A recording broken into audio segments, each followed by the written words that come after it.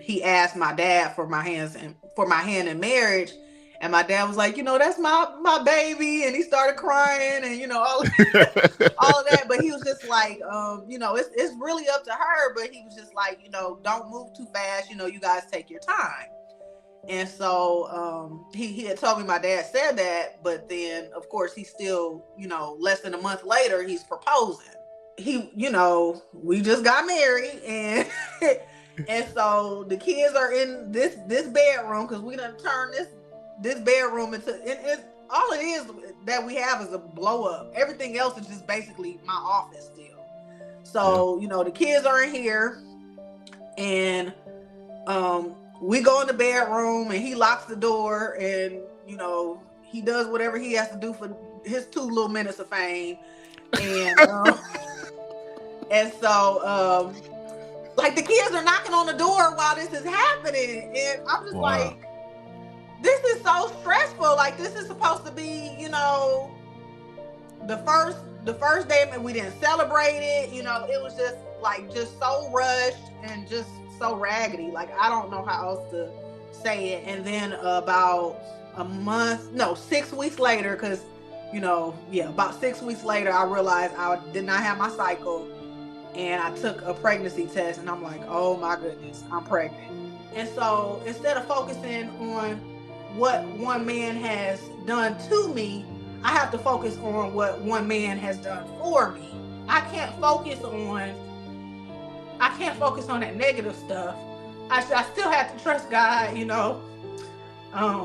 because I know that he loves me. And, it talks about nothing being able to separate me from the love of Christ. And so at this point, I know how real it is, because it's not just me quoting scripture, but it's something that I've internalized and I believe now, because I don't have no choice but to believe it.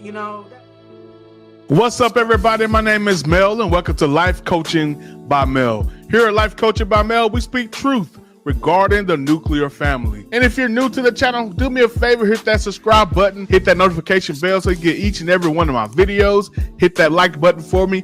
Hit me in that comment section. Today is going to be an invigorating conversation that I know you want to contribute to, and be sure to share this with at least one person. Let's get into today's topic. Ladies and gentlemen, on today's episode, I have a treat for you all. It's a bittersweet treat, if I have to say so myself, because here on Life Coaching by Mel, we speak truth regarding the nuclear family, and a harsh but real truth. And it sometimes can go to the mode of, man, how did I end up in this situation? I have my friend here, Kristin. She's been on the pod before. We've had fun, loving conversations before, but she hit me up and say, Mel, I got to tell my story. Kristin, that's exactly what we're going to do today. First of all, welcome back.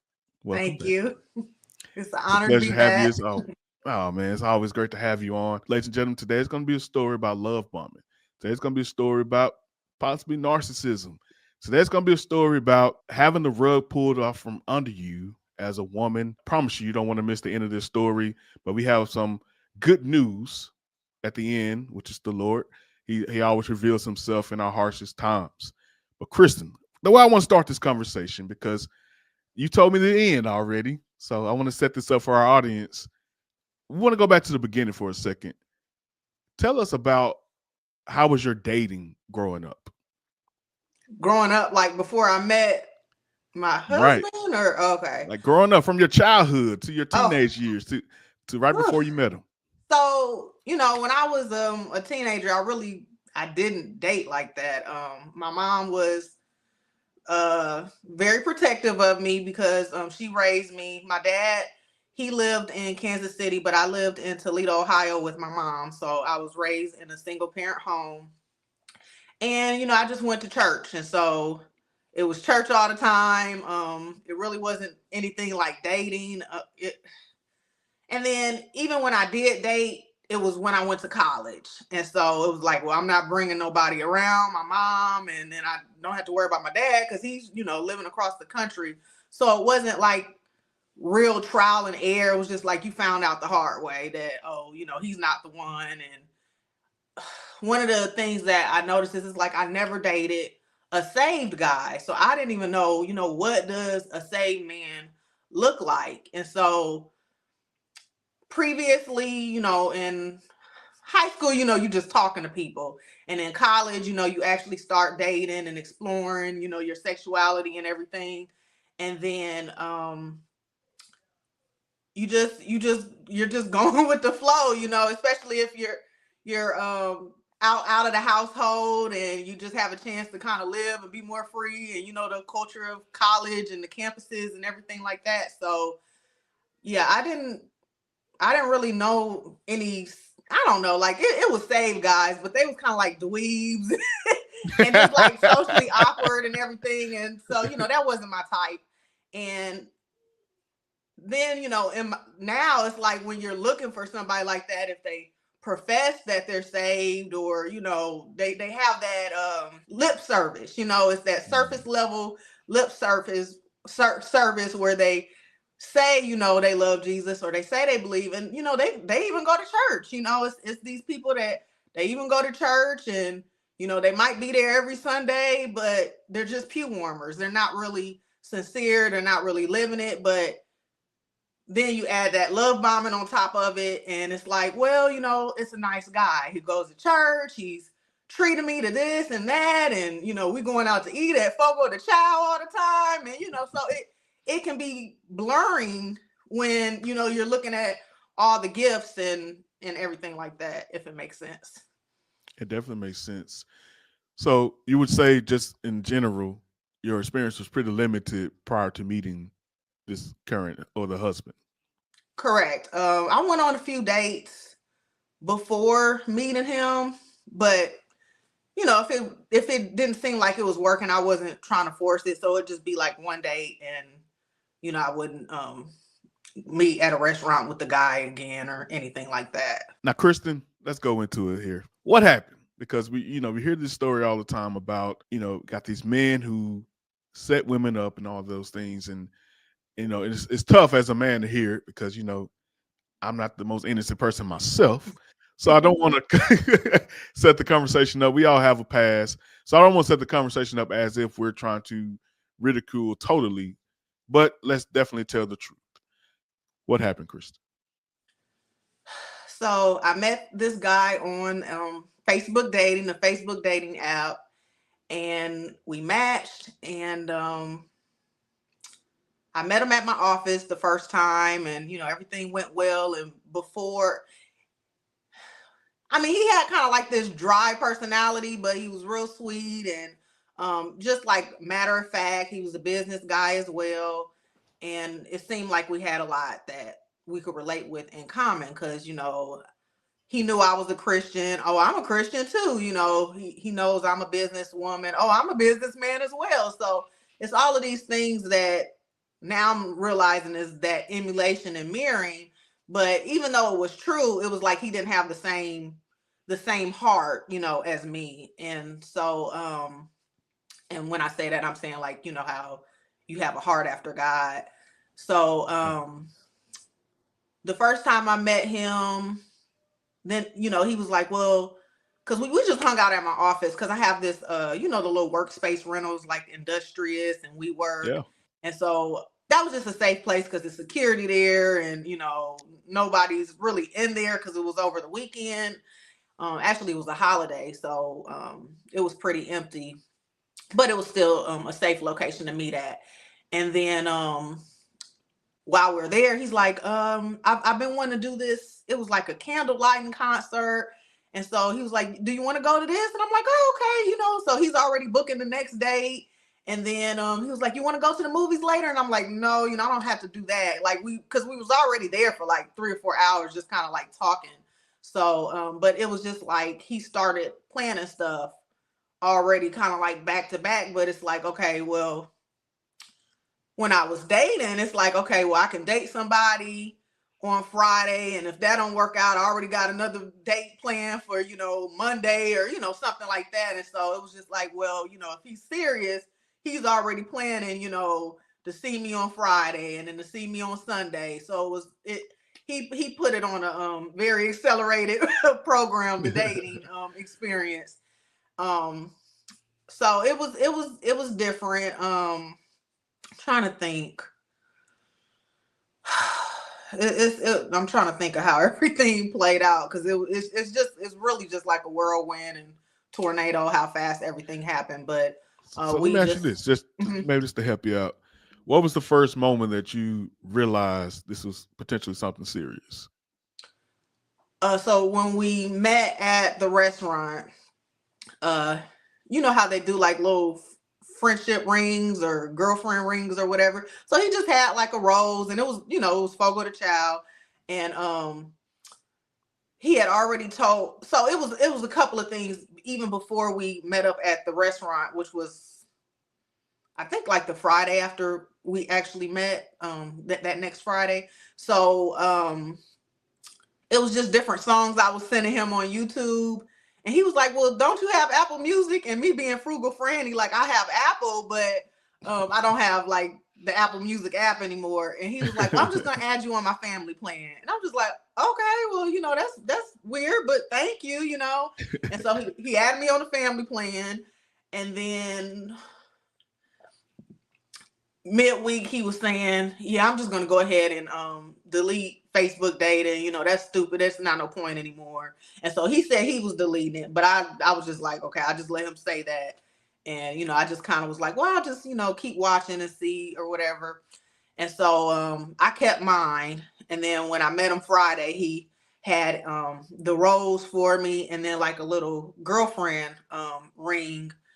And I don't, that was a lot, on top of the restaurant. And then, it wasn't nothing extravagant or big, but it was, really thoughtful.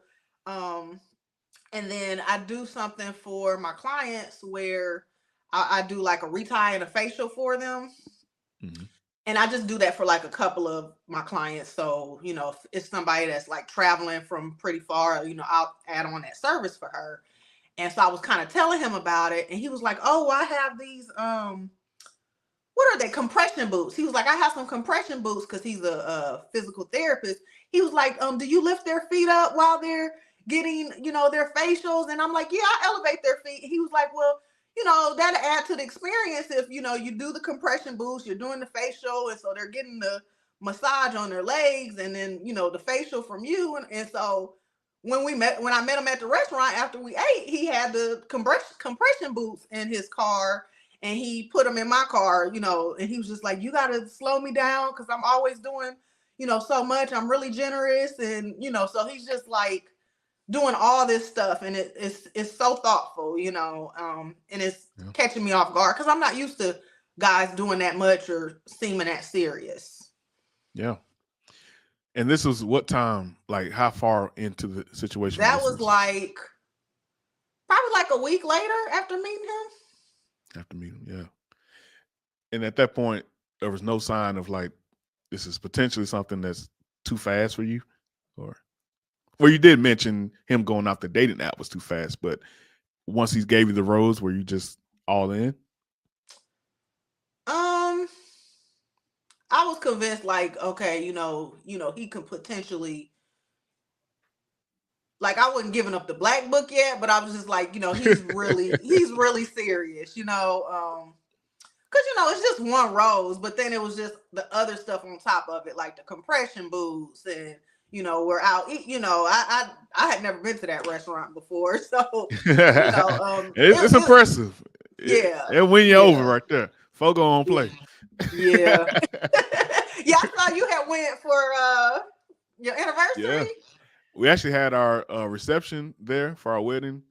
Fed all our guests, and then we've gone there maybe twice since. So yeah, we love it. We love it. But so yeah, that's impressive. All those things are impressive. And so you starting to get locked in. So what was the next move for you? Because now at this point, he's showing you all this attention, all this love. And what ways did you begin to reciprocate? So because that was, a really nice restaurant, I believe the next place we met up at was K-Pod. And so, I said, I can't just have him spending all of this money. So I'm like, okay, I got the bill this time. So when we went to K-Pod, I got the bill. It wasn't as expensive as, Fogo de Chao, but it's still, pretty good Korean barbecue spot. And so I had did that, and then I gave him a facial since he gave me the compression boots. And so, he used his own compression boots, and I gave him a facial just to treat him because he was saying how his barber no longer does the hot towel, the Oh hot yeah. towel steam treatment.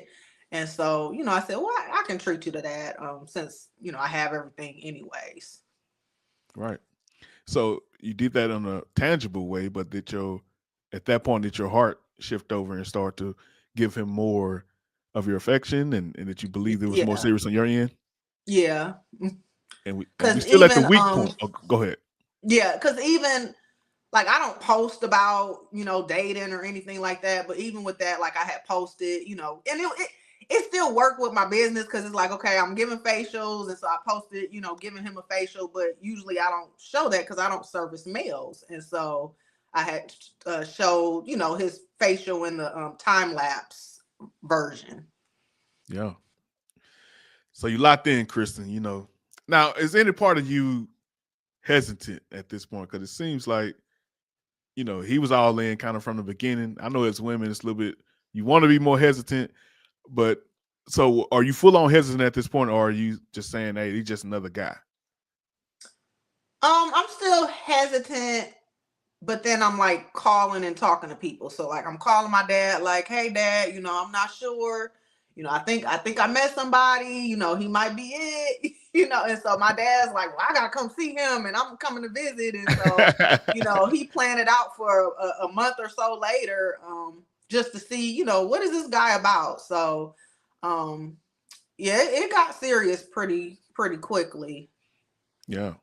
And I promise you, ladies and gentlemen, we're going to get to the root of this, but I'm trying to set this up in a way because another important detail that may not be a factor for you, Kristin, but it was for me, and just be honest. Where do you reside? Oh, Atlanta, Georgia. Right. And I look at it as, just my opinion, I'm outside looking in. It's kind of like a cesspool almost. It's like it's like shark infested water for situations such as this, and so let's get more into it. When did you start to see a subtle change, or when did you start to see changes over time? It was just like really small stuff.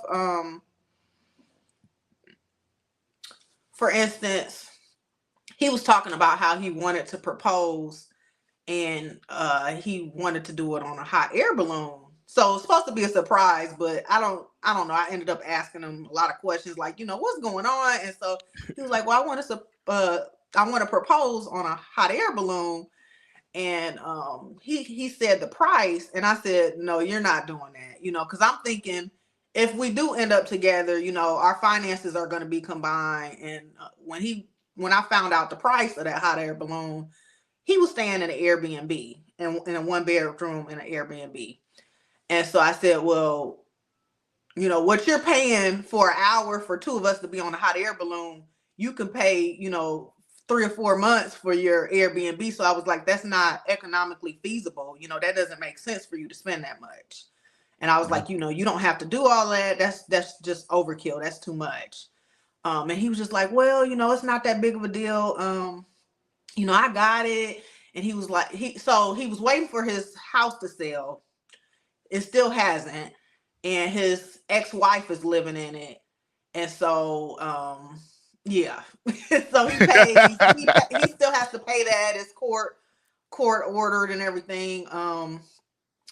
And so he's been talking about this house selling forever. And so yeah, that was it just didn't make sense to me when he wasn't a budgeter. He's not a budgeter. Yeah. Okay. So we're getting somewhere. So now you just mentioned to us the ex-wife. Yes, ladies and gentlemen, there's an ex-wife involved here. How soon in the process did you know that he was previously married and still paying those type of bills, or still responsible for that type of financial strain? He never hid that. So like I knew he had an ex-wife like from day one, because before I even met up with him, he was like, are you okay with dating a single father? I have 2 boys, from my previous marriage. So I said, yeah, I'm fine. I said, well, I didn't say I was fine with it. I said, we'll see. I can meet you, we'll see. Because I really haven't, I haven't really dated, man with kids. So yeah. Yeah. Said you fine with it, but was that a bit of a, did you put a pin in that and say, It hey, was we're kind going to of see how like this. we'll see, like I'll give you a try, Right, and right. if I'm okay with you, then I can meet your kids, but let's see about you first, because I hadn't even met him yet, but he did tell me that he had 2 little boys. No doubt. And that's kind of why I mentioned Atlanta, because I'm asking really because you are a resident. Does that have anything to do with why you may accept things of that nature more? Because I mean, I remember back in the day, they said the ratio was like what 8 women to 1 man, something of that nature. Is in the couple men that you have there, you know. Uh, Not a lot so of straight options. right. So how much of that plays into accepting things such of that nature as far as him being divorcee and having children? I think, because even when I was talking to like a few of my favorite clients, and even when I started dating before I met him, they were like, do they have kids, do they have an ex-wife? And if I said no, or they don't have kids, or they had an ex-wife but they don't have kids, they'll say, well, that's rare. Like, how is that? Anybody without kids is rare these days. Especially, or just a single straight man, that's rare. And then the compound of no kids or no ex-wife, that's really, really rare. So I guess I just started I wasn't thinking about it, but I was thinking about it. And so you just kind of have to realize, okay, what are you willing to accept? If you're dating somebody that's a father, how many kids is your limit? How many kids? Like, do you not want him to have any? Is 1 okay? Is 2 okay? Like, I remember my friend asking me that, who lives in Texas as well. And he was just like, what's your limit with kids? And I'm just like thinking, well, and this was back then. And I'm like, well, I really don't, want to deal with nobody else's kids, but that's how it was right up front. But then you have to kind of start adjusting and everything. But then it's like, if you really want what you want and you ask God and present it to God, it's possible. People relocate, and you just don't know how things will be set up, and God to answer your prayers. But I don't know. Maybe it's settling because I'm here in Atlanta, but even when I was back home in Toledo, I didn't really find nobody for real. So, or nobody found me, I should say. I don't know how much settling, like you hear that word a lot, I should say. Mm-hmm. I don't know how much settling is involved. Are you just picking who has, like you say, who is trying to find you? What have been the options? Like, what type of men are you finding that criteria finds you more, or has there been that the men without any experience before? I mean, the way everything's set up for me, I'm not running into anybody. Like, I'm because I service only women, so I'm only doing women, and that I'm working at my house, and then when I go to school, it's only women there. So it's like there's not even anywhere to meet these type of guys. It's just you have. So that's why I did online dating, because I'm like, unless somebody breaks into my house and kidnaps me, I'm not gonna find any. I felt like I wasn't gonna find anybody. You Right. might go to the grocery store every now and then, and somebody might put their neck out for you or say hello, but that doesn't really happen. And then if they do, it's not gonna be. I don't feel like it's gonna be a saved man just walking up to you out of nowhere, unless he's inspired by the Holy Ghost or something. They're not inspired by that. They looking at, it's all about flesh. So no, those aren't the type of things I want to entertain. So was there a sense of desperation in you at all? I won't say desperation, but definitely urgency. you know how people say their clock and, you know, all of that. And so, yeah, I'm not going to say desperate because I feel like I still have those standards that I have. But at some point, you kind of start overlooking some things. Got you. So let's go deeper into it. So he tells you about the hot air balloon, or you force the answer out of him with all your questions, the hot air balloon proposal. And and then now you know that this is on his mind. Tell us how the proposal happened and how everything took place regarding the engagement. Okay, so a little bit later, I don't know if it was a month or two later. It probably was a couple months later. I love this art fair. It's the Ann Arbor Art Fair, and it's back home. And so I was telling him like, man, I want to go back home. I want to do the art fair. You know, that was kind of like a tradition with me and my mom and my aunt.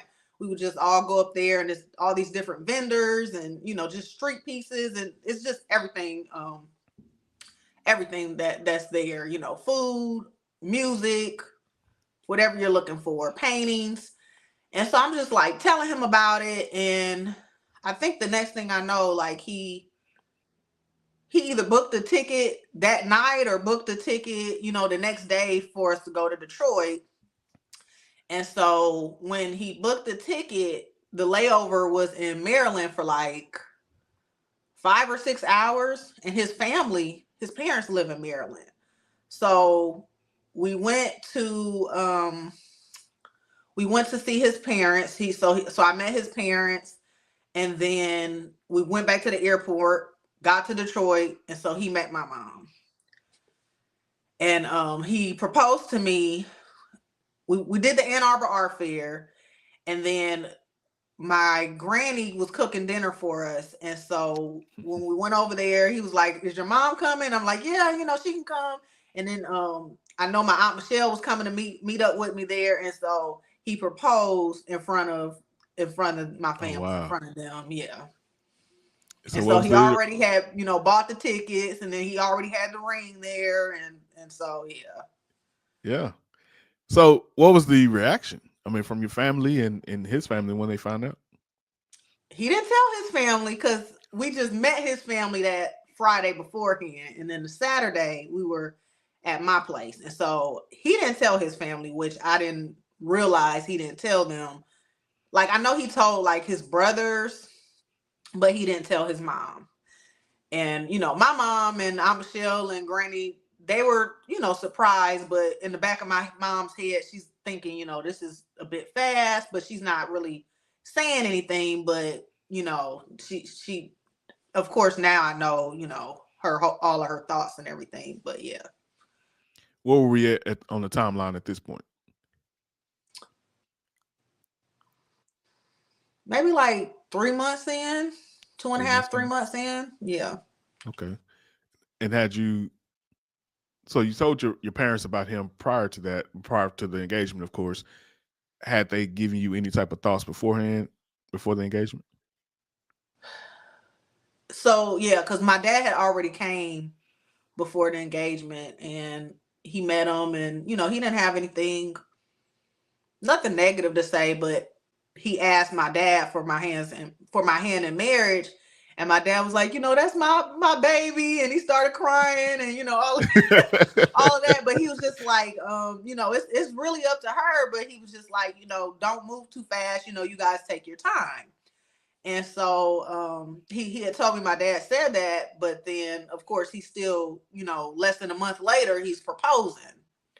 Yeah. But the proposing could be an issue, or it can't be an issue, because you can propose but still have a long engagement. So if the engagement was longer, that would have been one thing. But then it's like he proposed, and then of course, you know the timeline. We got married like less than a month later. So describe that. What took place with that? Why so soon? So here's like a lot of the red flags. So one of the things that happened, I told you he was staying in the Airbnb, and the lady's house that he was staying in, she was selling her house. And so that put a rush on him. And so he was saying, so first he looks at the apartments over here that I'm staying in, and he's like trying to find, a unit just in the same apartment complex. And that got denied due to his credit. And so then we started looking at some more, and I guess the plan was, well, I apply because my credit is good, but then of course he would pay, the bills, because he's a doctor, and so he's making the money, but he's just, the way that he's appropriating and budgeting and all of that. But he, so he had it. If you saw it. yeah, and then Okay. but then a lot of the stuff that we're doing, it's credit. But he, I would go to his job and meet his patients, and they're coming in and going out. So it's coming in, but it's just, I know how to do a whole lot more with the little I have. Yeah, he had Fogo too much, sound like. Right. He had Fogo too much. So, okay, proceed. We were talking about what proceeded with the actual marriage. Okay, right. And so he looked over here, that didn't turn out, and then we looked at a place that is down the street, and they're really nice apartments, but they're 3 bedrooms, because right now I'm in a 2-bedroom, and of course he has two little boys, so they would need their own room as well. And so we looked at a 3-bedroom, and it was just, it was okay. It's more than what I'm paying here.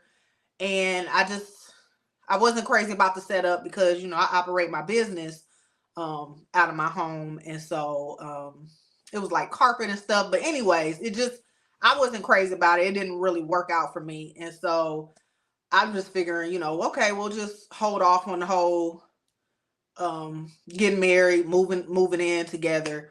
But he had found that the courthouse had an opening to do the application. And he's like, well, let's just do the application. I can move in, pay all the bills, pay all of your bills, this, that, and the other, and so it's like, it's making sense, but it's too fast, and so instead of him finding a place, or us finding a place, because I'm like, I don't have the energy right now to be moving or relocating. I'm working on clients all day. I'm going to class at night. And so when he moved out of that lady's house, the next thing I know, he done already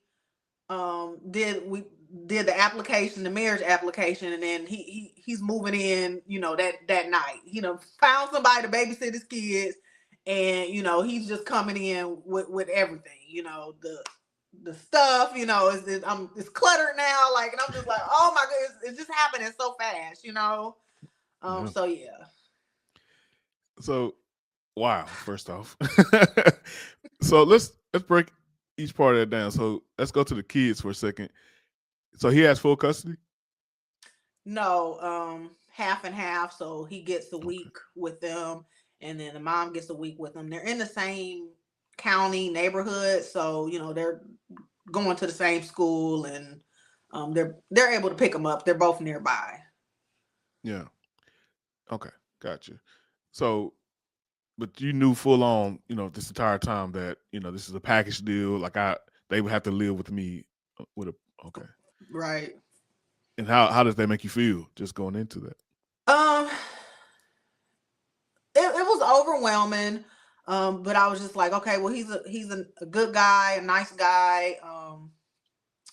And then I'm talking to different people, like, cause I had a stepmom, so I'm like, okay, well, I got a stepmom. I'm like, how did you deal with me? Like, it was just like, well, if you love somebody, you know it's a whole package. And then I have different, I got parents telling me, you if you try, you can make it work. And yeah, so it was a situation where I remember when he was still staying at the Airbnb, him and the kids, and I was like, well, I can come visit you, And I said, I made breakfast. Do you want me to, bring the breakfast for you and the kids?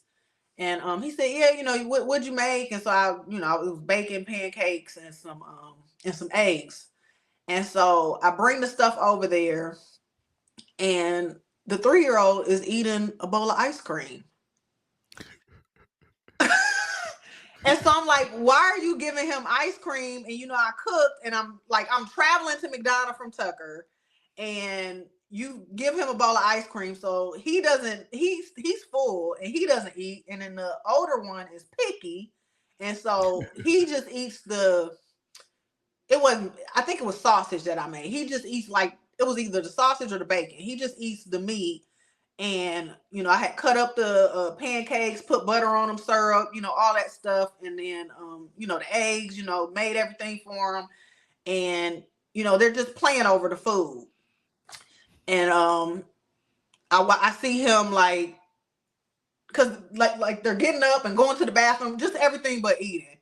And so eventually, he throws the food away, and I'm pissed off. Because I'm like, why would you give him ice cream, and then they're not, and I'm just thinking this whole mother thing is not going to work for me. It's not going to work. I'm frugal, y'all wasting food. It took me time to prepare it, to drive it to y'all. This little Negro eating ice cream before I get here. I cut up. I was hot. And, cause I think we did some stuff afterwards. We went to the it was like a petting zoo. It was Southern Belle Farm. So we went there, and then we went to the movies. And so usually when it was just a mess. Usually when he's driving and we're going somewhere, he'll hold my hand. So I'm holding his hand, but I'm looking out the window because I don't want to look at him. And it was just I'm here, but I'm not here, Yeah. And so he was just when we got back from, just doing all that stuff for the day, and then of course with the kids. And I just told him, I don't think this is for me. I don't think I can do this bonus mom stuff. I'm just not cut out for this.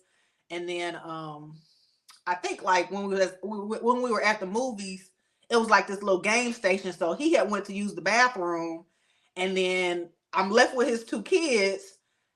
And so one of the kids runs to a game station, but I can't run after him because I got the little. And so I was just what in the world? And so that was part of that. And so then when we got back, I'm just I can't do this, And so we had this whole little, I don't know, this ain't gonna work. And then we text later on because he was just he basically said, me and the kids will be fine. If you don't want to put up with us or anything like that. He was basically saying ever since, you met the kids, I can tell you've been uncomfortable. Which was true. And I was, and so I was telling my mom about it, and she's like, I think, you'll be okay if you just have more patience. Cause I'm not always the most patient person. And then, kids, you can't control them. They're going to be kids. Yeah. She was just go on a fast and pray about it. And, just operate in patience and this, that, and the other. And she was like, I think everything will be fine. And so, I reached out to him, or he reached out to me. And then, we were well, I think that's when he had mentioned, because we were talking about going, our separate ways, or we were just kind of thinking about how are we going to proceed. He was, and so he had mentioned that he had bought the engagement ring, and I didn't know. And he was just I wish I would have knew all of this before I got the engagement ring. And that's when I was just what in the world, So that's kind of when I was just well, let's just give it a try, we'll see. But that should have been kind of a red flag for him to slow down. Because just I got red flags, he got them too. Yeah. Now, I'm just asking this because I'm gonna be honest with you. I call BS on a lot of stuff he was telling you at that time, about the engagement ring, or even saying, me and my kids would be fine.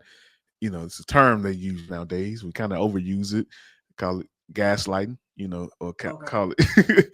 And it seems like that was the case. So did you see tangible, actual ring at the time, or did it was just words that he said? I didn't see the ring. I don't know if he said he had the ring or he picked out the ring, or I can't remember exactly how it was, but I didn't see the ring until we were in Toledo. So Gotcha. and I can't remember how much later that, but he ain't got no problem spending money. So We know that. he Yeah. might not have it, but he gonna everybody got a credit card, everybody got plastic, Right. so he probably did. I think he like had something that he exchanged for it, or I don't know. Yeah, it's probably the more than likely thing. So we had the situation. Look, kids getting on your nerves. He can't manage money. He getting marriage certificates without you being around. He's moving in and out of Airbnb, and obviously don't have a stable living arrangement, living space. And now he's trying to not force, but trying to, make it work and move with Pressure. you. Mm-hmm. Pressure you to move with him. But with all that, Kristin, you still got married. So tell us exactly how did that happen? What led you guys to actually being married? I know because he just felt like moving in would, we could just put our incomes together and, all of that. And, I'm like, okay, well, that it kind of makes sense. And so he was spending money on, so much other stuff when we were going out to eat and going on dates. We would do stuff just me and him, and then when the kids were there, we would just do stuff all together. Just all types of Six Flags or just whatever. We would do all types of little things and explore the city. So I don't know. It just overwhelmed with the love bombing, really, because I'm thinking, oh, he can provide, and then he was taking care of his kids. Now, he was taking care of his kids. You see so many deadbeat fathers, and so for him to just be there and doing for them and having, he would just do so many fun things for them, not be included, or it would just be them doing stuff. But it made it seem like he was just a really good upstanding guy. Yeah, that's the premise behind it. But tell me about the actual ceremony. What took place with that? So he reached out to my pastor. It was okay. So it was it was a lot. So we tried to do premarital counseling, and it was gonna be, but he had already applied for like the day to put in like the marriage application. So like that was on I don't know. I think it was on a Thursday, and so we had applied for marriage counseling on a Friday. Not applied, but put in a request for marriage counseling on a Friday before we got married. So it was marriage counseling, but they stood us up. It was like just like a mix up in the schedules or whatever. And Right. so I'm just like, should we still do this? Because we haven't had the premarital counseling. And, oh, everything will be fine, and it's just that, oh no, we're good. I'm sure about you. Let's go ahead, And so we didn't have the premarital counseling because that got canceled. And then we did the application, the marriage application on Thursday. And that Thursday, he reached out to my pastor and was just like, we need not a ceremony, but just them going through, the motions with a minister. And so he set it up where the associate pastor was able to, do the paperwork and, do, really many ceremonies. So when we got to the church, it was the weekend we had his kids, and you can put the kids in daycare, but he didn't put them in the daycare at the church. So he brought them with us or whatever. And so while the associate pastor is marrying us, the kids are running around in the office. So Oh my and this God. is during like the vows, like, and I'm just, and then, you know, and the associate pastor is like, oh, it doesn't bother me. They're fine, you know, and I'm just like, okay, this is, you know, kind of what to expect. And so, you know, we got through that, and then he puts the kids in daycare after we do our vows and everything. And then when the pastor, when he gave us the certificate, technically he was supposed to mail it off, but he gave it to me, so which meant I had to mail it off. So just keep that, just put a pin in that, okay? And so the next thing we didn't have to go to service or whatever, but we was already there and we was already dressed up. So I said, well, let's just go to the actual sermon, because we had got there a little bit earlier, so we were right on time for church. And so we kind of sit in the front, and the pastor like introduces, oh, you know, Kristin and just recently got married. And so, you know, we kind of wave and sit on down, and then he's preaching, and the message is like really, really good. And I look over and he's sleeping.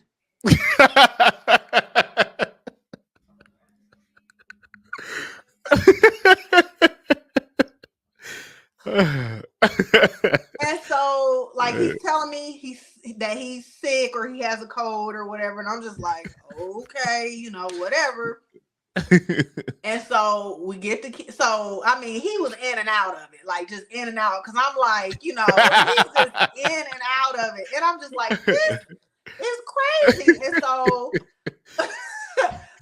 so next we get the kids out of the church daycare, and they've been wanting to go to the pool, so you know, we take them to the pool. But we didn't, like, usually, you know, we're going out to eat and doing stuff, like we just went home and ate leftovers out the fridge.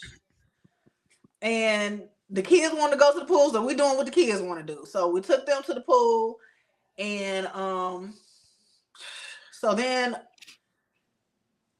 you know, we just got married, and and so the kids are in this bedroom, because we done turned this bedroom into, it's all it is that we have is a blow up. Everything else is just basically my office still.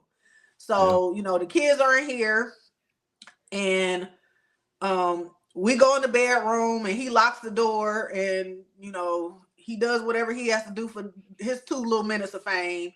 And and so like the kids are knocking on the door while this is happening, and I'm just like, this is so stressful. Like, this is supposed to be, you know, the first day, and we didn't celebrate it. You know, it was just like, just so rushed and just so raggedy. Like, I don't know how else to say it. And I'm just like, well, you know, he's done so much beforehand, so let me not just trip about this one day. And so that was it. Like, it wasn't nothing eventful. It wasn't nothing to talk about. Like, as a matter of fact, like my hairstylist, my sister-in-law consultant, she's a friend as well. And so I literally had to reach out to her, I think on a Friday, because like I said, we got the marriage thing signed on Sunday. And so I said, girl, can I come to you? Can I come to you tomorrow? And can you just retie the front? Like, just retie a couple rolls in the front, like, you know. And she's like, you get married? I'm like, I'll get married, you know. So she did, you know, just them front rows, so I don't, you know, be looking all bushy and fuzzy up there. And you know, he got a haircut that Saturday, and then, you know, Sunday it was what it was. Man, just not eventful whatsoever, not celebratory whatsoever. So I want to ask something, and thank you for sharing that. I want to ask something that may sound, I mean, may be a little touchy, but just want to be sure or clear on this for the audience. Before this, were you practicing abstinence, or? Yeah. So this, not only you guys consummating your marriage, is the first time you ever had sex, and it was nothing, just it was nothing. Regular moment. Yeah. Sorry about that, Kristin. Sorry about that. But it sounds like, I'm just gonna be honest, as someone who has been married twice, it sounds like, because for me, it was my second marriage to my current wife.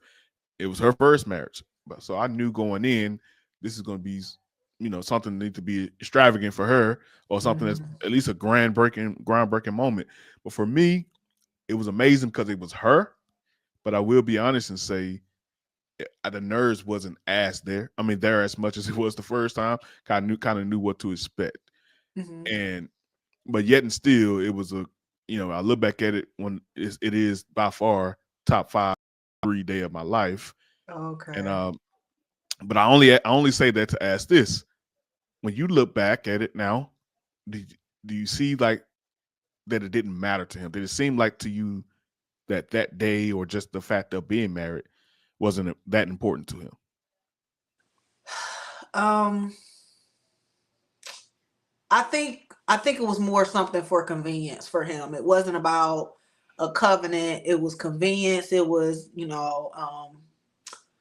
I hate to say this because it's not like he wasn't mooching off of me because he was paying, he paid, my rent or whatever, but that term hobo sexual, like, cause would we have got married that fast if that lady wasn't selling her house? And so, he was already pursuing me heavily before then, but it was just like, okay, now I need somewhere to live. Like, and me being how I am and with my standards, I'm like, well, you can't live here and we're not married. And so instead of him saying, well, let's just wait this out, or he didn't even have enough sense to look for another Airbnb. Like, he just, it was just easiest for him to move in and, okay, we got to get married then. Okay, let's get married, Yeah.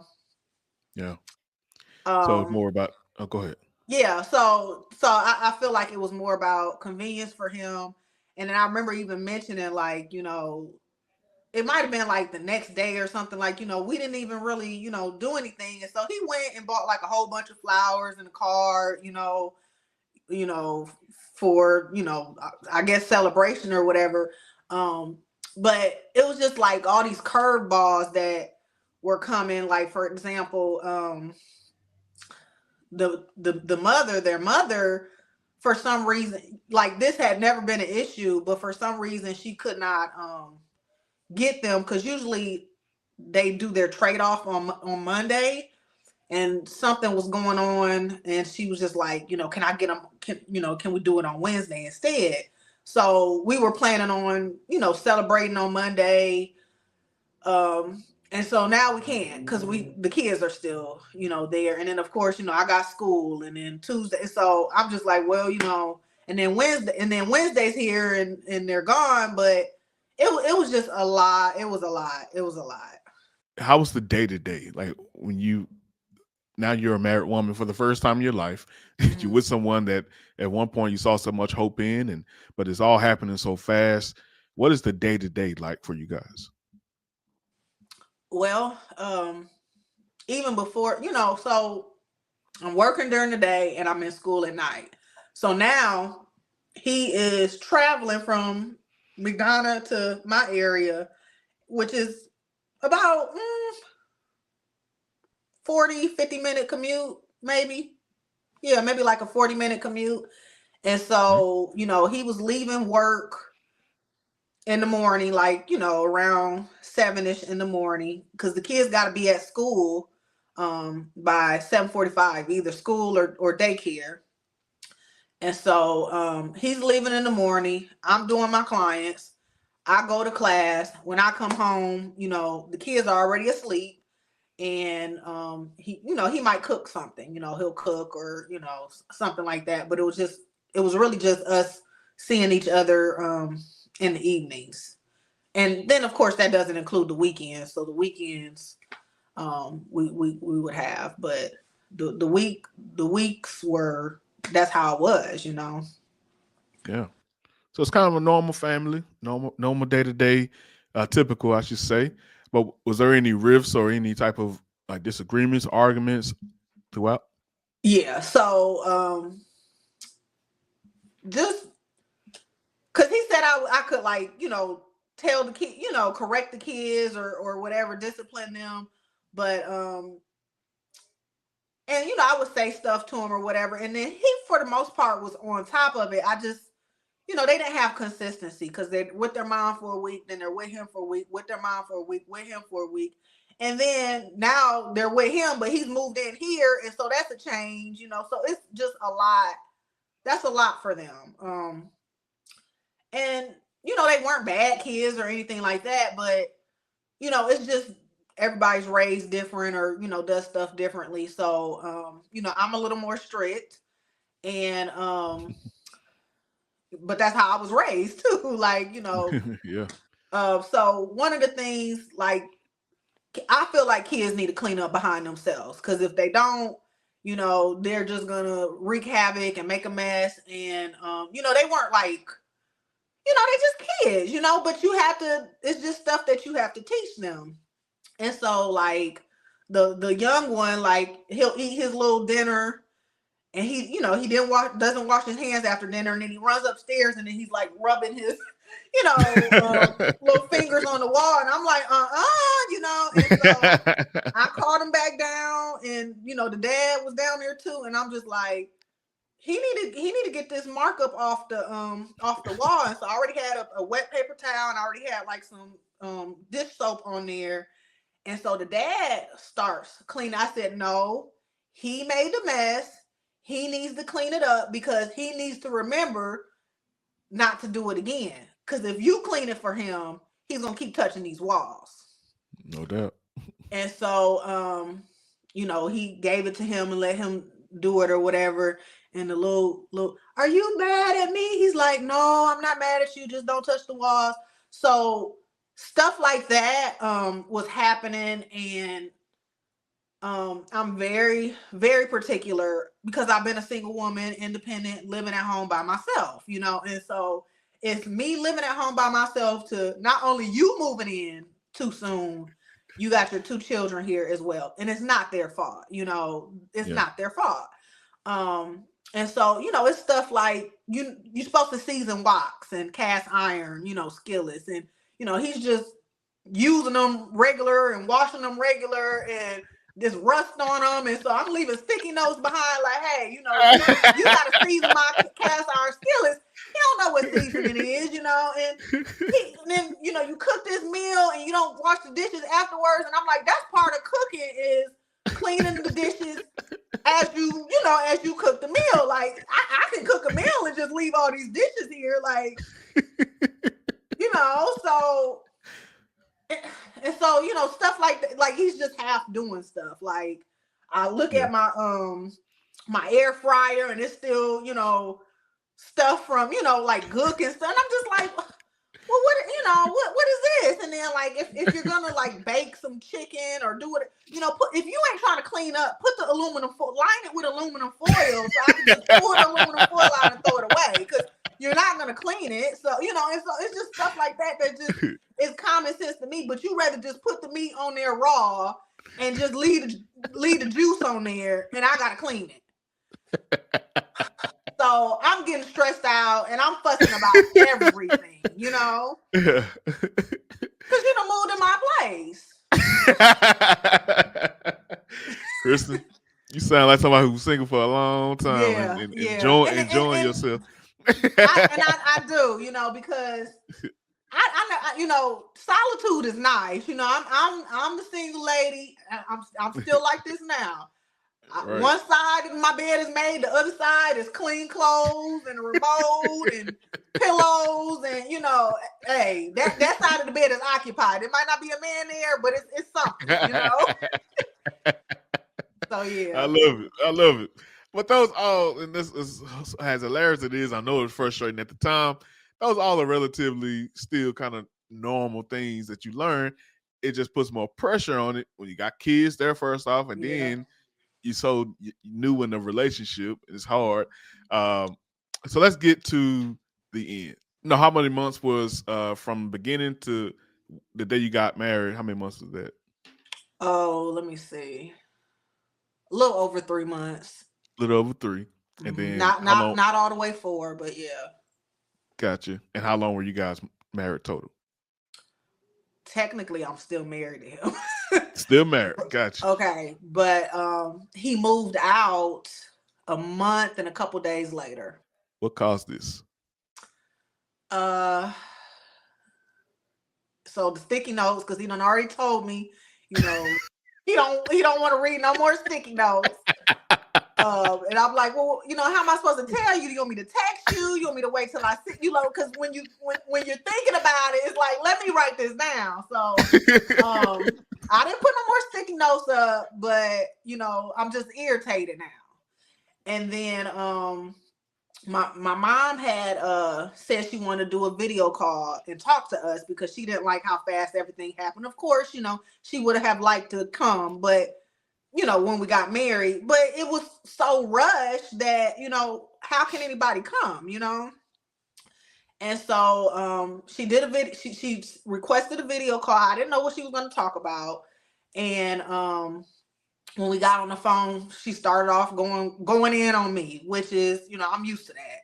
And so she was like, you wrong, you didn't tell me. It happened so fast. I told you I've been trying to visit you. You ain't. So, she had her little issue with me. And she didn't say I was grimy, but she was like, that just felt grimy how you did that, or whatever. And like he had kind of like defended me, like, I don't think that was her intention or this and that and the other. Then she gets over on him. And I'm newly married, and so she's saying, as a man, you should have made sure that you were, together financially before, you got married to her. You should have been paid all your debt off, and, you need to put your best foot forward, and she should have moved into the house that you bought, so, and he was like, well, I'm still, waiting to buy my house, and I am paying the rent, and, so he's showing her, and I'm doing it, and he was cooking, dinners. And so he's like showing the meal he made, and, just all of this kind of just like he had to prove himself to her.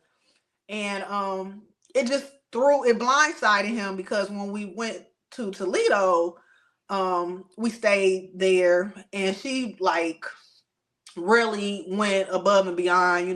My mom's very hospitable. Not to me, but, everybody else. And so, she had it real cozy, and, she had a little gift basket with snacks in there for him. And you know how hotels do, where they make little, how they use the toilet paper and make like little designs out, she was just doing all of that. Right. Yeah. And so, that was a complete contrast from you should have, everything else that, she had to say on that video call. And so we got off the call, and, he looked at me, he was like, was that constructive?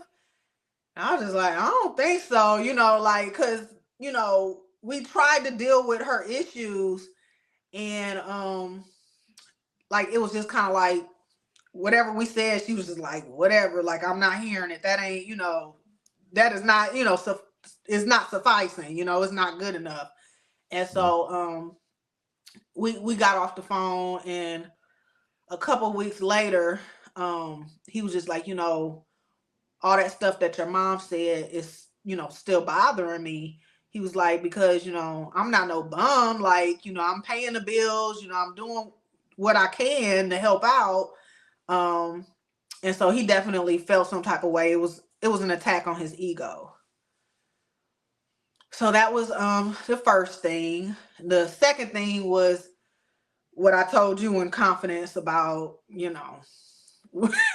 so, yeah. So that was him not respecting, some boundaries. And then, of course, the third issue was the children, and, just everything merging together as a family. Yeah. And I know some people be like, okay, why y'all ain't gonna tell us what's going on? You telling us everything else. That is something Kristin not comfortable talking about. It just say she said boundaries, so it says sexual boundaries, things that they couldn't align on that area. So he decides to move out a month and a couple of days after. But soon you find out about something that you're expecting.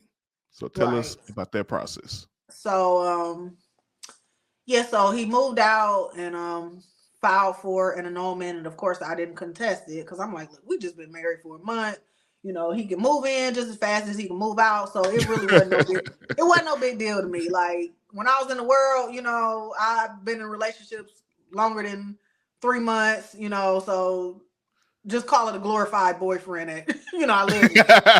And so, you know, I really, you know, like it kind of like caught me off guard, but the way he did it was so raggedy and cowardly because, so you know how I do Toastmasters, and that's at like 7:30 in the morning. So we both were leaving the house in the morning, and I was leaving out the back door, and I think he was leaving out the front door. And so when I drove my car past him, you know, I just kind of like waved at him, you know. We kissed and all of that. And even the night before, like, he wanted it twice and I gave it to him the night before. And then so that Friday I passed him and, you know, just wave or whatever. And next thing I know, when I come back from Toastmasters, he's left a note in the bathroom saying, you know, not the man who don't want no note. Right. My sweet love, you know, we got married, we rushed this marriage and things popped up that I didn't anticipate. And, you know, I'm so sorry for leaving this marriage. May God be with you. Wow. And so this is the note that he leaves. And, you know, he had already moved all the stuff out because he found an Airbnb that Wednesday beforehand. And he was just saying it like, you know, it's too much of a drive for me and my kids. You know, we don't have time to decompress. So he's just saying all of this. And in the back of my head, I'm thinking, okay, are you leaving the house or are you leaving the marriage? You know? And so I was like, well, I'll talk to him about it, you know. And I didn't do it that Thursday night. And of course, Friday morning, you know, he was out. And so that is how that ended. And then we didn't really talk much.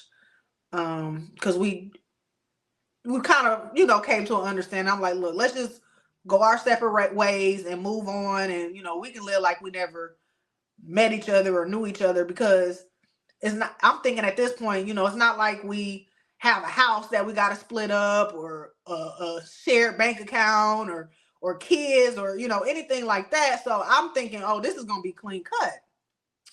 And, so, you know, we didn't have anything to say to one another. And then about 6 weeks later, because, you know, about 6 weeks later, I realized I did not have my cycle. And I took a pregnancy test and I'm like, oh my goodness, I'm pregnant. Wow. So, yeah. Whew. Okay. And just a sidebar before I go to my next question. When we talked at one point, I can't remember before the last panel, maybe for the last panel, you mentioned to me that you were pregnant.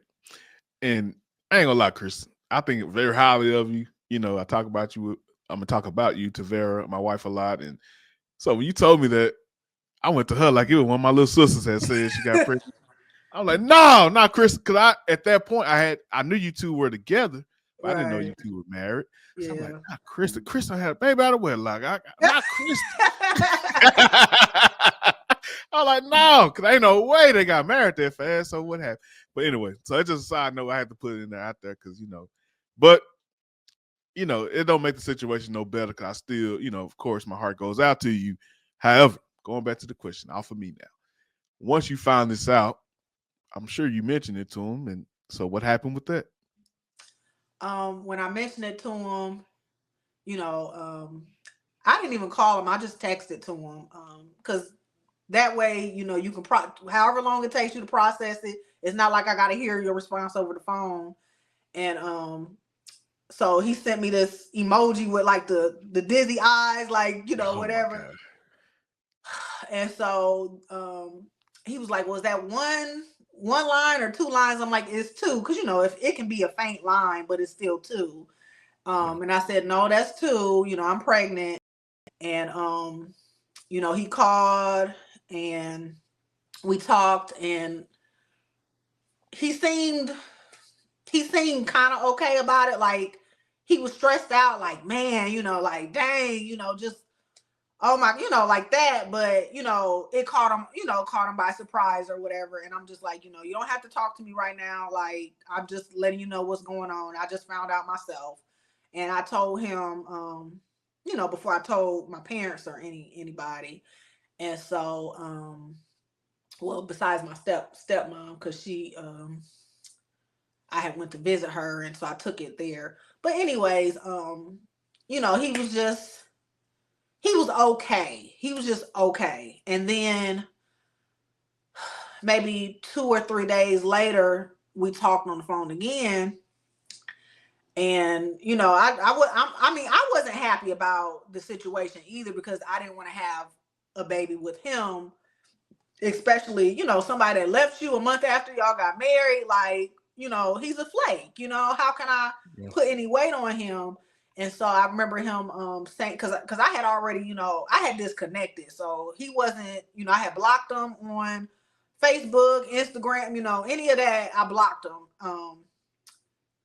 And I had deleted him out of my phone. I didn't block him, but I just deleted him out of my phone because I still needed to hear from him as far as this annulment paperwork and status was concerned. So, right. So then when all of that happened, I was just kind of saying, because part of it was he hadn't told his mom that we had even been married. It was just, he was telling one person I'm his fiance, another person I'm his girlfriend, somebody else I'm his wife. So it was just all these inconsistencies. And that was something, in the beginning of the marriage, but that's not nothing. You're not going to know somebody, not going to say you their wife until after you're their wife. So, right.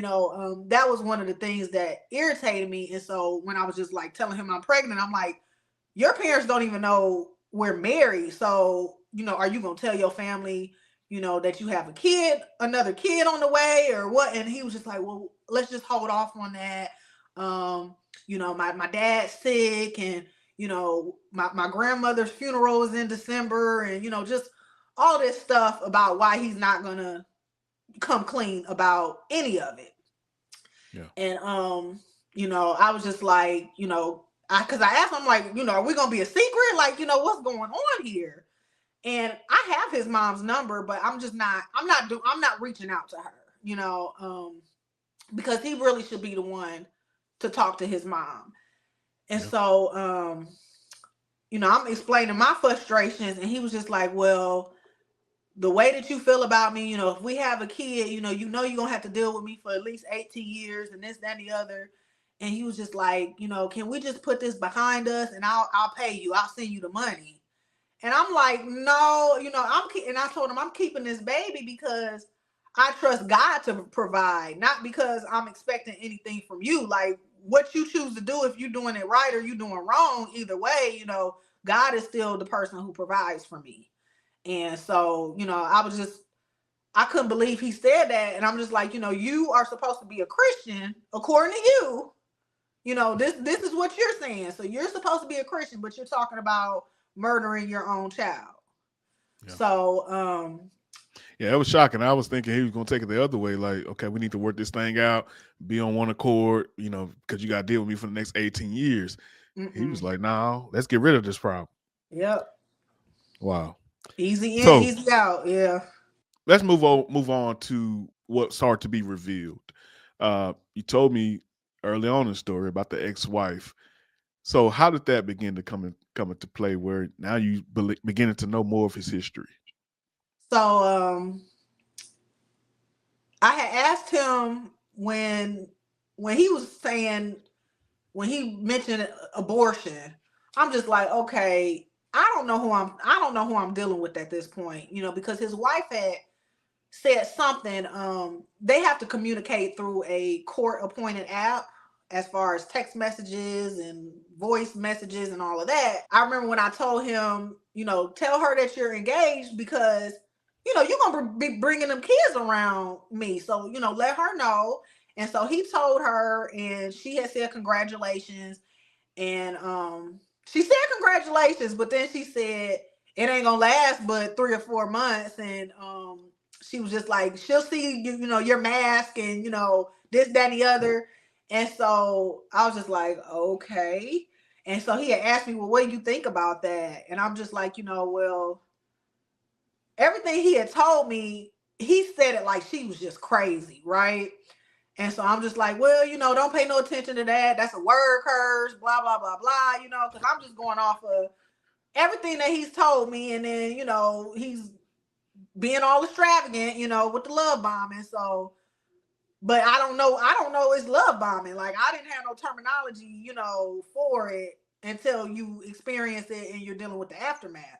So, I said, can I talk to her? Because, with you saying all this stuff and you're not really trying to take responsibility, I need to know what I'm dealing with. So since you're not giving me this information, let me talk to her. Can I have, her information?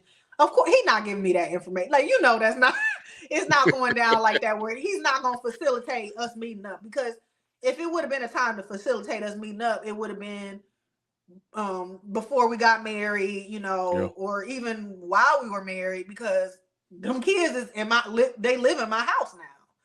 Yeah. And so he was like, oh no, you know me, it's just stuff popped up that I wasn't ready for, that I didn't expect. And so, he shut that down. And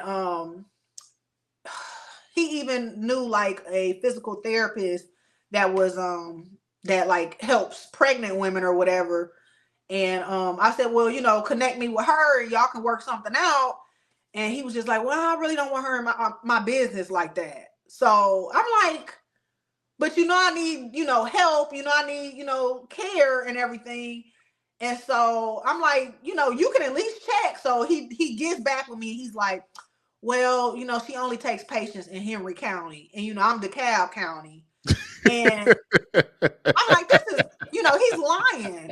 He's lying, but I'm just like, whatever, and next thing I know, like, I feel like the wife reaches out to me maybe a week or two later, his ex-wife. And she sends me this long Facebook message and she's asking me what happened. And according to him, I'm still his fiance, but he broke it off and moved back to McDonough. So she knew they were living here because the kids gonna tell everything, they telling. But I think the oldest one has said, I think Dad got married. And so she said, did you get married? He was like, oh no, that was just my fiance. And I'm moving back to McDonough. So this was after he left that little note, right? And so so she found me on Facebook, and we don't have a lot of mutual friends or anything like that because, he's not a mutual contact. He ain't my friend and he's not her friend. But I don't know how she found me. I still don't know, but I really knew I needed to connect with her so I could get the information I needed. And my picture popped up, and so the kids would always call me Miss Kristin. And so when my name popped up, she asked one of the kids, she said, is that her? Like, pointed to my picture, and he was like, yeah, that's Miss Kristin. And so she sent me a message and was just telling me everything, like just a summary. She sent me a summary of some stuff that happened, and and she's telling me what she heard from his side, and she didn't know we were married. So I went ahead and gave her my phone number. I was like, no, we're married. And I sent her the marriage certificate. I sent her the pregnancy test. And I sent her that raggedy note because I took a picture of the note he wrote. And I sent her that note. And she said, I had no idea. And so, like, she called me. As soon as she saw that message, she called me. And I think we talked for like 2 or 3 hours. And so she's just telling me, and everything that she has to say is way worse than what I experienced, because she was married to him for 7 years. I was only married to him for a month, and she has 2 kids with him. So, they had a very contentious, stressful, toxic relationship. And yeah, so, she was just telling me, everything, and she was sending me receipts. She was sending me screenshots, the text messages. She sent me videos and recordings and just a lot of stuff. A lot of stuff. So yeah. Yeah. So you get all this information, I can imagine it start to fill a lot of voids or thoughts that you've had over the time. But what was your overall introspective feeling that you had knowing that this guy is going from her, already destroyed one woman's life, now he was attempting to do it and in some ways may have done it to you? What was your overall introspective feeling?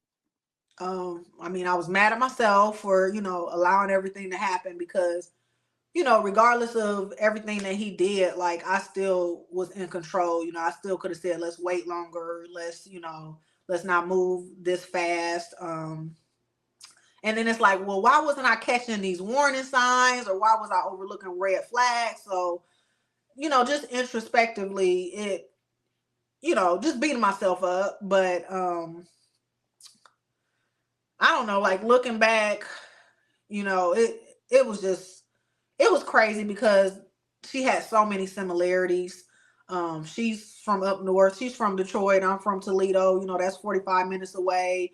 We met on the same exact day. Like she met him on Memorial Day. I met him on Memorial Day. And so like she's telling me it's these cycles that people with mental illness go through, where they just repeat these cycles in different seasons in their life. So, she was just saying how everything repeats, and it is repeating. Where are you on your recovery journey at this time?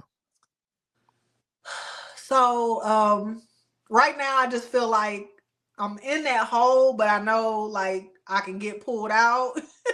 And I'm just doing everything, I don't want to dig myself in any deeper or any further. But like even when you had reached out to me, I've just been like really silent. I haven't had much to say. I'm not doing content or anything like that because I'm just like still kind of in shock, still dealing with, everything that has hit me. But part of the recovery is when people ask me how I'm doing, I really don't want to talk about it because I don't want to just keep repeating and rehearsing a sad story. But one of the things that came to mind is, even though what I'm going through isn't good news or great news, I know Jesus, and that means I always have good news because I have good news to offer somebody else. And, if I didn't know Jesus myself, I don't know what it could be way worse, if I was doing this on my own, fighting these battles on my own. So that's the first thing that I feel like is helping me in this road to recovery. I had went to it was like a little event here, a local event, and it was like a poetry session. And so, it was just different people just getting up and reading, their pieces.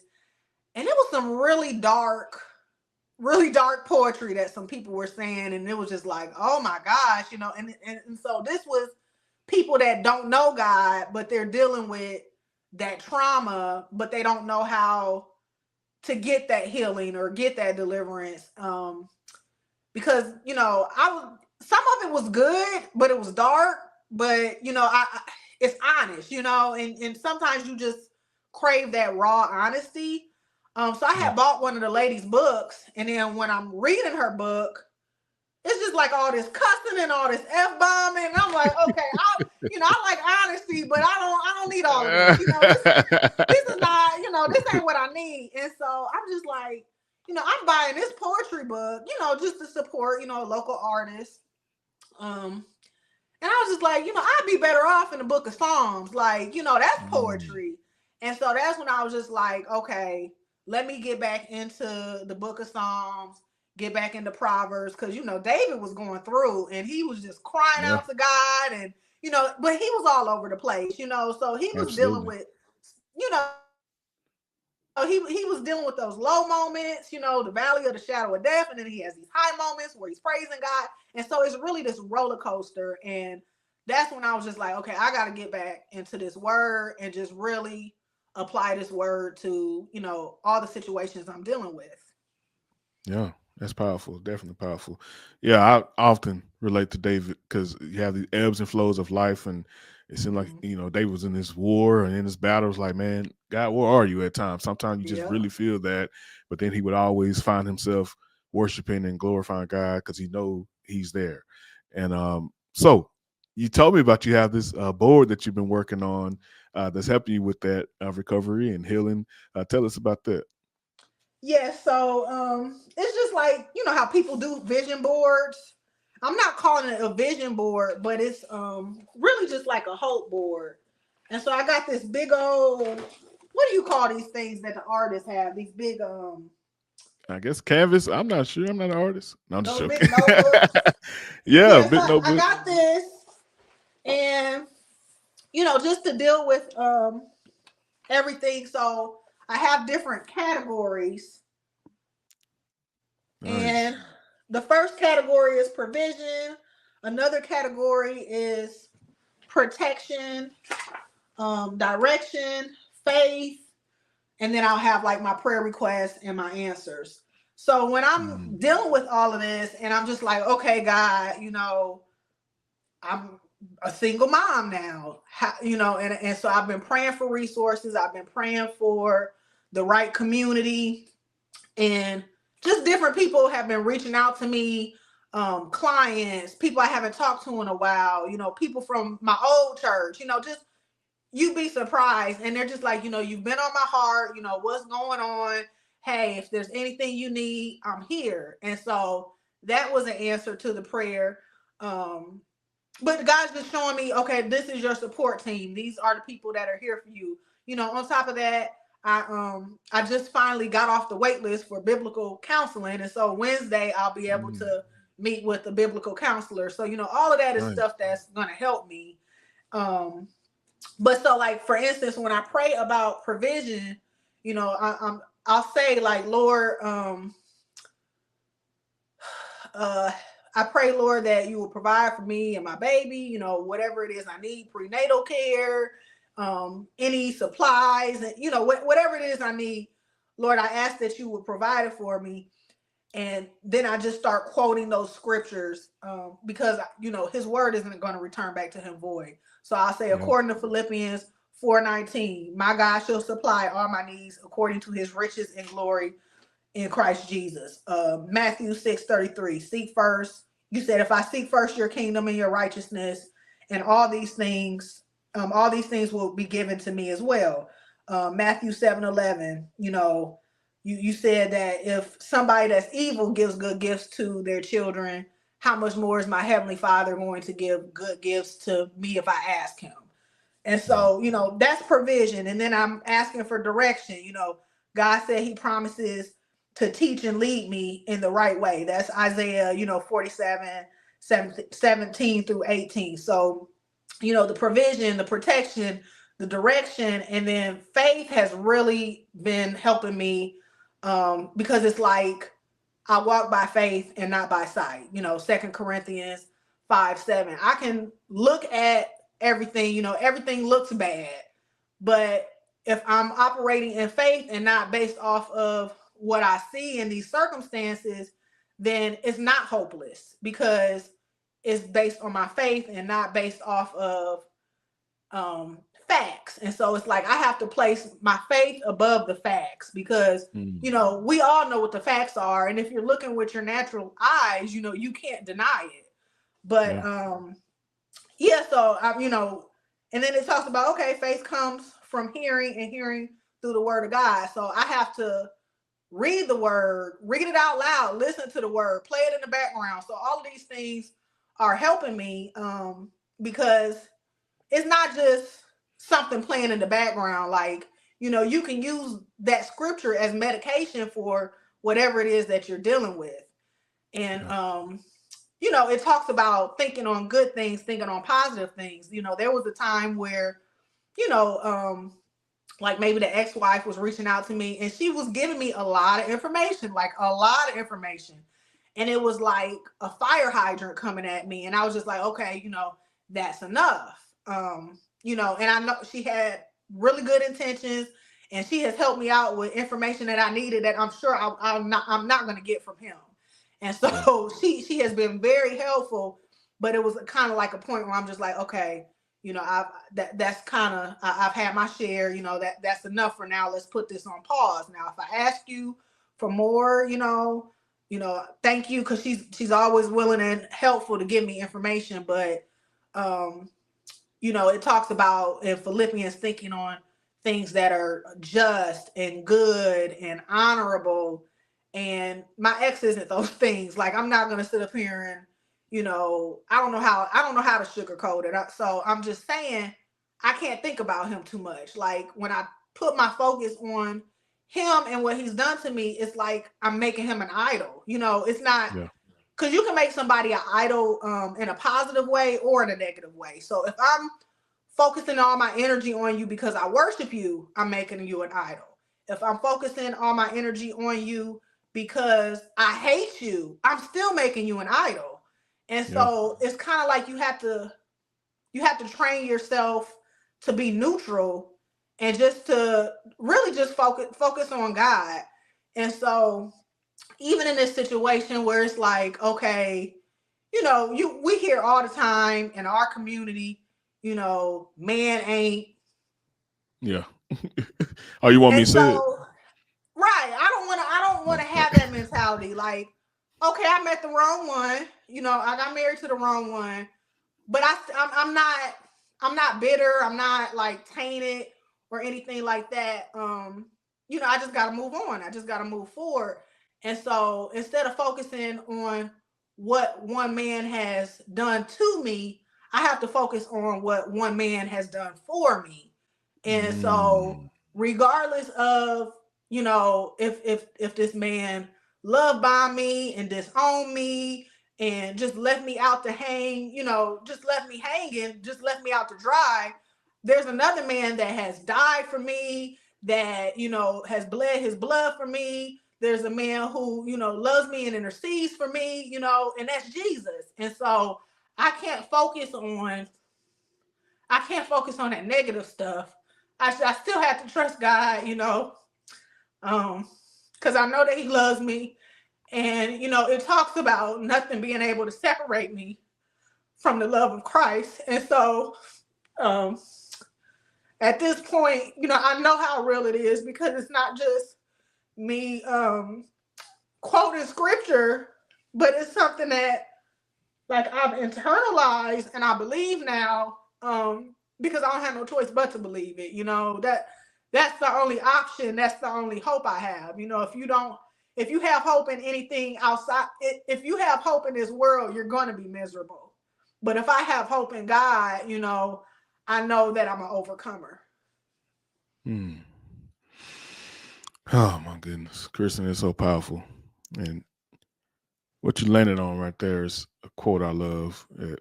Our faith cannot be trusted until it has been tested. And this is an incredible test for you, but you're handling it with flying colors. I think you mentioned to me earlier that you're not healed yet, but I'm telling you, I've never seen nobody approach the healing journey as assertively and aggressively and as positive and productive as you're doing. And I know God is already showing you, revealing himself to you in this, but I can't wait to see, because I'm going to stay attached to this journey. I can't wait to see the full manifestation of it. And man, it's going to be incredible. It's already is, because you inspired me. I know anyone watching this, listening to this, it's inspired through that. God is using you. And you said I reached out to you. I reached out to you. Was like, Kristin, what are you? I know, we missing your voice. And let me get out of the way. Let Mel get out of the way, because I see what God is trying to birth in you and through you. And off the time, a step back is necessary, and a lot of time, I have clients to this day that we get done with a session. They go right. I've heard everything they processing and struggling with, and they go right on online and talk about things as if they're in the healed place. And oftentimes that's good, if that's part of your healing, but majority of the time I would say you want to be in a place where you're kind of complete in that area, where God is saying, look, you can tangibly, or you can actually tell someone this is what I did, and I think that's where God is taking you through right now. And because this story that you have is not unique to Kristin. Mm-hmm. However, the way that you're going about it is unique in the way that you are. Because, like I said, my first thought, Kristin had a baby out of wedlock. So even the entire journey, like everything you did throughout was with Christ in mind, and with holiness. You represent holiness in an effective way. So to now be in a place where, where most people will be in a place of straight brokenness, and that means my life is over. I'm moving back home with mama, so I got to hear her mouth every day. And and I got to hear her tell me how wrong I was. And I told you, all those things. And I'm throwing my career away. I'm throwing everything away to just sulk. But you're not. You like completely grab this, by the horns and say, let's go for a ride. And I'm making, beauty out of these ashes. And I think that's so empowering and so incredible. Super proud of you. And this is amazing. So I want to give you the last word today. I don't know how much more you can say than what you just said, but if you have anything else you want to offer the audience as we wrap up today, feel free. Well, you caught me on a good day because it's been a bumpy ride, and it's a roller coaster. Some days I'm down, some days I'm up, some days I'm talking down, some days I'm talking up. But it's trusting God to kind of just, if it's an equilibrium or just to kind of stabilize me so I'm not, going back and forth like a pendulum or whatever, where you finally hit your equilibrium or, find, your right space. But no, I just feel like the faith is what's helping me. Having faith in God, and it was one thing that really stuck out to me, and God has already been showing me how he's providing. So after he left, I got 2 scholarships, and it was a nice amount.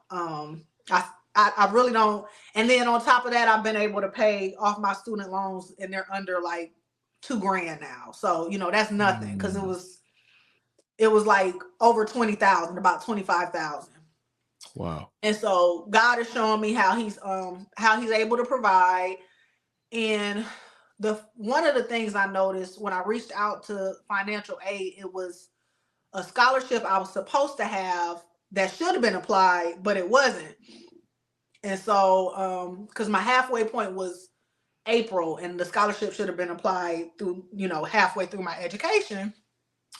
And so I'm just like calling, because I'm just calling these people like, hey, what's going on? I talked to financial aid, blah, blah, blah, blah, blah. And I'm not trying to like start the whole podcast over and a whole nother story. No, you I gotta good. explain. I gotta explain this so that do it. I'll show you how I got to this realization. So I was already awarded it, I already won it, but the money was not applied on my account. And so I had to take all these steps to figure out, where was the glitch? How did this go wrong? And so everything was, straightened out, and it's applied to my account now. And I knew, even with my faith, that I know the faith works. I know it works, but it was like there's some type of glitch somewhere. And when the scholarship was applied to my account, I'm like, it's the application of the faith that I was missing. And so the same way that scholarship had to be applied to my account, this faith has to be applied to this situation, because that's where the discrepancies were. And so I started looking up different YouTube videos that were talking about faith. And my top 3. So R.W. Schambach, and this is an old school pastor. I don't know if you heard of him. I haven't heard of him. Okay, R.W. Schambach. The message is, you don't have any trouble. all you need is faith in God. You listen to that message, you're gonna run 20 miles, like like in the cold. It don't matter. You're gonna be on fire. Like you can run through the snow on fire, and listening to that message. The next message I was listening to was Pastor Kevin L.A. Ewing. He's like I think he's in the Caribbeans or whatever, but it's really good. Understanding the mystery of faith. All of these can be found on YouTube. And then Lionheart Church has a message titled Developing Violent Faith. And so, I know I'm in the faith, but when we're actually talking about applying faith, like I had to research that and really understand what it means, because we just have this generic, faith is believing, or, we might even say, faith is the substance of things hoped for and the evidence of things not seen. But what does that really mean? Like it's wordy, it's churchy, it's cliche. But I'm like, no, I need something that I can grab a hold to that's extremely tangible, that I can, that's meaty, that I can dig my teeth into and digest and get all the nutrients out of it so that I know how to live and apply this thing. Yeah. And so I was looking up those YouTube channels. I kept playing Hebrews 11 over and over, and it's talking about, Moses who didn't care about the pleasures of sin for a season, but he rather take the reproach of Christ and not live with Pharaoh, but, suffer with his people. And I'm just like, I have to put myself in the scriptures, like, instead of me living easy and, taking an easy way out and aborting a child, I'm going to deal with this struggle and, suffer with Christ. It talks about the fellowship of suffering with Christ. And, I could have did it the easy way. I'm still an entrepreneur. I'm still in school, and this is not planned. Like, to be honest, it's not planned. It was a baby that was conceived in wedlock, but he left, and here I am with this kid now. And so when you're looking at these type of situations, it's like you have to apply faith to it, because it's in the scripture, it talks about how faith is credited to these people that are in the Hall of Fame or the Hall of Faith. So I'm looking at this major bill. This situation is a bill worse than my school loans. And how do I pay this? And it's like, okay, I can pay, money is only going to take you so far. But when you're talking about, God's economy, the kingdom of God and heaven, faith is the only currency that they accept there. And so just really teaching myself how to apply faith. And of course, it can't just be a generic faith. It has to be knowing God's word well enough to present it back to him and say, hey, Lord, you said this about my situation in your word. You said that, you take care of the single parents. You said that, a broken and contrite spirit, that's what you want. You said you've never seen the righteous forsaken or their seed begging for bread. So, you said that you're going to provide for your children. You said, I shall lack nothing. All of these things that's in the scripture, I have to look at my situation and get what the scriptures that I can apply to that. And so me just saying, I guess what I'm saying is you have to get familiar enough with the word to know what to grab from it so that you can apply it to your particular situation. Because, everybody has a different situation, and everybody has different struggles, but you have to know that word well enough to know what you can put, what words you can put to it, what scripture you can put to it. Yeah. It's all about application, not just being hearers of the word, but being doers. Kristin, this has been incredible. I really appreciate you for sharing your story on the platform. To God be the glory for everything that is happening here today, and everything God plans to do with whoever's going to hear this. But guys, if you get anything from this, let me know in the comment section. Give an encouraging word to Kristin. We appreciate the vulnerability. So Kristin, hope you enjoy the rest of your day. You too. Thank you so much, Mel. Hey, what's up, everybody? My name is Mel. Thank you for joining my channel. Thank you for checking things out here. Oftentimes, we go on people's pages and are like, man, what is going on here? What is the purpose of this channel? So let me be clear. The purpose of this channel is to speak truth regarding the nuclear family. And when I say truth, I'm not saying my truth, not your truth, but the Lord's truth. All about the word, all about the ways and the will of God. What does he have to say about the nuclear family? And I believe the generations of today, whether it be Gen X, millennials, Gen Z, Gen Y, whatever the case may be, I believe now we have a very toxic relationship regarding marriage, regarding family, regarding having children. We're in a toxic dynamic as we speak. And honestly speaking, a lot of the answers that we're looking for in our community, a lot of the cures and a lot of the answers would come from a proper, fulfilled family home. If you go down the line of everyone's individual trauma, there you will find some negligence or some type of issue that they had with their parents. So here on this channel, we address those things head on. We don't place fear in those issues and avoid the topic. We do what Jesus did. And when he said, don't assume that I came for peace, but I came with a sword. I came to turn family members against family members if it means you following me. If you have to cut them off, if you have to address them and have arguments for you to follow me, so be it. And I think at this point in our society, we're at the so be it stage. So here at Life Coaching by Mel, I'm all about bringing healing to that. And the number one way to do that is have honest conversations. So if that's something you like, that's something you're into, that's something you really want to be a part of, be sure to hit that subscribe button.